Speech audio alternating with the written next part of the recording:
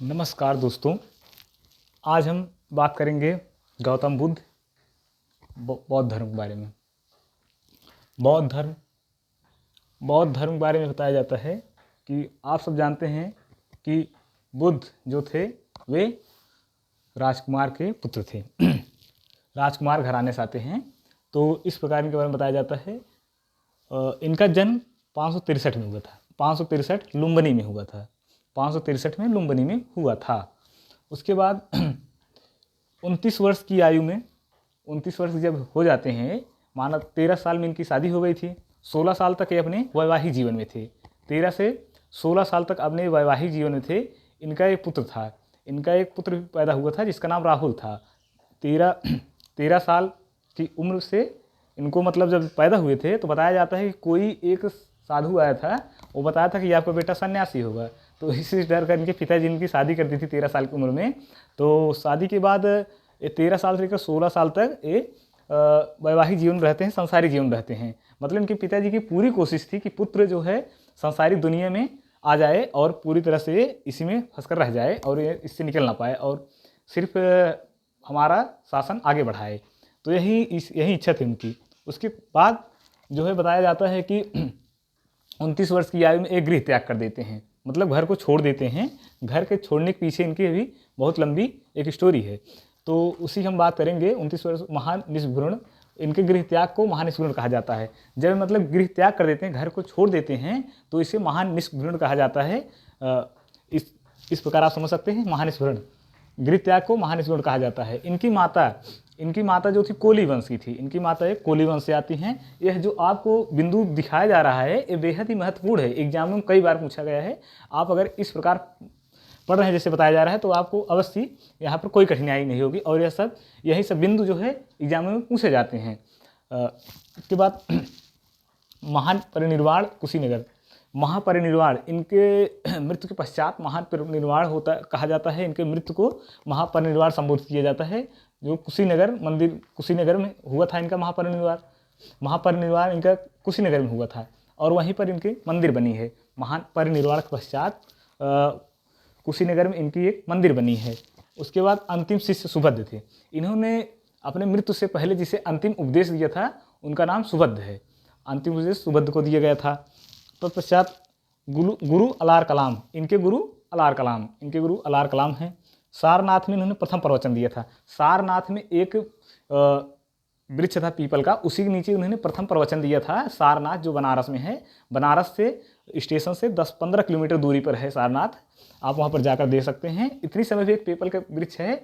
ऐसा माना जाता है कि उस पीपल के वृक्ष को आज भी, मतलब जो पीपल का वृक्ष है उसमें जो पत्तियां लगी हुई हैं उसको आप आज भी नहीं तोड़ सकते हैं। तोड़ने पर आपको दंड दिया जाता है। जो पत्ती गिरी उससे आप छू सकते हैं, लेकिन जो पत्ती उस पेड़ में लगी आप आज भी उसे छू नहीं सकते हैं। जो उतनी समय का पेड़ था उसे कटवा दिया गया था। उसके बाद श्रावस्ती में सर्वाधिक उपदेश, श्रावस्ती में इन्होंने सर्वाधिक उपदेश दिए थे। सबसे ज़्यादा उपदेश इनका श्रावस्ती में ही हुआ था। सबसे ज़्यादा उपदेश श्रावस्ती में दिए थे इन्होंने। उसके बाद त्रिपिटक, इनका जितना मतलब उपदेश था, जितना उन्होंने उपदेश दिया था अपने जीवन काल में, इसे त्रिपिटक नाम से जानते हैं। इसी में इनका पूरा जो है इकट्ठा करके रखा गया, मतलब इसमें सब लिखा गया है। त्रिपिटक उपदेशों का इनका संग्रह है। त्रिपिटक बौद्ध के संग्रह है, पुरखों का संग्रह है। और यह कई बार एग्जाम पूछा गया त्रिपिटक किससे संबंधित है। अभी हाल ही में एक एग्जाम हुआ था, उसमें भी यह पूछा गया था कि त्रिपिटक किससे संबंधित है। त्रिपिटक बौद्ध धर्म संबंधित है। आप ऐसे सीधा आंसर दे सकते हैं। आप जितने भी बिंदु देख रहे हैं कई बार एग्जाम पूछा गया है, इसलिए बहुत इसे इंपॉर्टेंट रूप से लिखा गया है। आप इसे आसानी समझ सकते हैं। जैसे बताया जाए धर्म चक्र परिवर्तन मतलब होता है जब इन्होंने अपना इसके बारे में बताया था तब धर्म चक्र परिवर्तन होता है। उसके बाद आगे देखते हैं वृद्ध व्यक्ति। इनके जीवन काल में इनके सन्यासी बनने के पीछे यह बहुत बड़ी कहानी है। इसमें आप यह समझ सकते हैं वृद्ध व्यक्ति। तो इन्होंने सबसे पहले वृद्ध व्यक्ति देखा। एक बार ये अपने रथ पर से अपने एक साथी के साथ जा रहे थे। जिसका नाम चन्ना था। वो उनका चैरिटर था, मतलब रथवाहक था, रथ हाँकने वाला था। तो उसके साथ जा रहे थे। तो उन्होंने पहले देखा वृद्ध व्यक्ति। उससे पूछा ये कौन है। तो वह चन्ना जो उन्हें समझाता है कि यह वृद्ध व्यक्ति है। हर इंसान अपने जीवन में बूढ़ा होता है और ऐसे ही कमज़ोर हो जाता है। तो उन्होंने उसे देखकर बहुत सोचा कि क्या मैं भी ऐसे हो जाऊंगा। तो चन्ना बताता है हाँ भी ऐसे हो जाएंगे। आप भी बूढ़े हो जाएंगे, आप भी इसी तरह एक समय हो जाएंगे। तब उनको पहली बात तो झटका लगा। उसके बाद फिर आगे बढ़े, उन्हें बीमार व्यक्ति दिखाई देता है। बीमार व्यक्ति बहुत जो दुर्बल और कमज़ोर था, काफ़ी बीमारी से ग्रसित था, बेहद कमज़ोर था, उन्हें वह दिखाई देता है। तो पूछते हैं ये कौन है, तो चन्ना बताता है ये है बीमार व्यक्ति। क्योंकि वो राजकुमार थे, तो जब बचपन में उनको बता दिया गया था उनके पिताजी से कि आपका बेटा सन्यासी निकलेगा, तो उनके पिताजी वहीं से सावधान हो गए थे कि हमारा बेटा सन्यासी न निकल पाए, इसलिए उनके 13 वर्ष की उम्र में शादी कराकर उनके सिर्फ राजघराने के अंदर ही रखा जाता था। तो यहाँ पर वृद्ध व्यक्ति देखते हैं, तब उससे पूछते चन्ना से कि कौन है, वृद्ध व्यक्ति है। उसके बाद बीमार व्यक्ति देखते हैं, तो फिर चन्ना से पूछते हैं ये कौन है, बीमार व्यक्ति है। तो कहता है चन्ना कि हर व्यक्ति अपने जीवन में बीमार होता है, मतलब इतना ज़्यादा बीमार हो जाता है, एकदम कमज़ोर हो जाता है। तब फिर दूसरी बार उनको बहुत तेज़ी से झटका लगा। तीसरी बार देखते हैं मृतक देख लेते हैं। उसके आगे जाने के बाद वो देखते हैं एक व्यक्ति जो है, 4 लोग उसके ले जा रहे हैं, उसके पीछे पीछे बहुत सारे लोग जा रहे हैं, जैसे अर्थी उर्थी नहीं देते वैसे। तो मृतक देख लेते हैं। तो जब मृतक देखते हैं तो फिर चन्ना सोचते हैं ये क्या है, तो चन्ना बताता है मर गया है। मतलब हर व्यक्ति को जीवन मरना भी होता है। तो पूछते हैं क्या मुझे मरना पड़ेगा, कहते हैं जी हाँ आपको भी मरना पड़ेगा। तो उनको यहाँ से झटका लगता है कि मैं अपने जीवन में वृद्ध भी हो जाऊंगा, बीमार भी पड़ूंगा और मर भी जाऊंगा।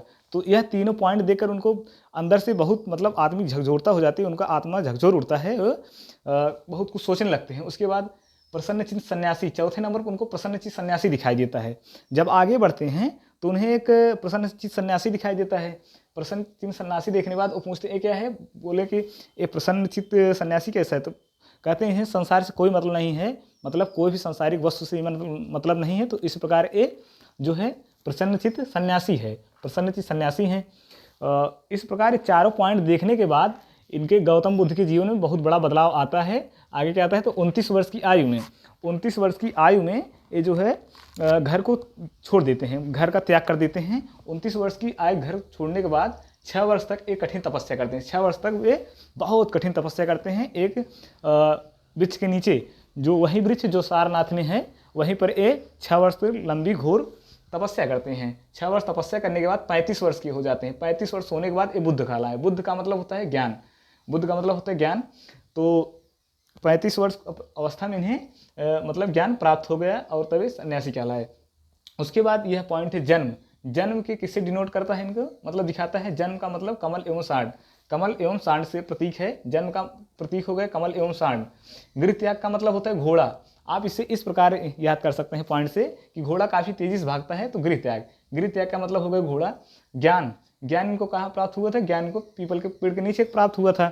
उसके बाद निर्वाण पदचिन्ह, निर्वाण इनका पदचिन्ह से डिनोट होता है। इनका प्रिय शिष्य था आनंद, इनका प्रिय शिष्य कौन था, आनंद। तो आपको यह पॉइंट कैसा लगा कृपया कमेंट अवश्य बताएं। धन्यवाद।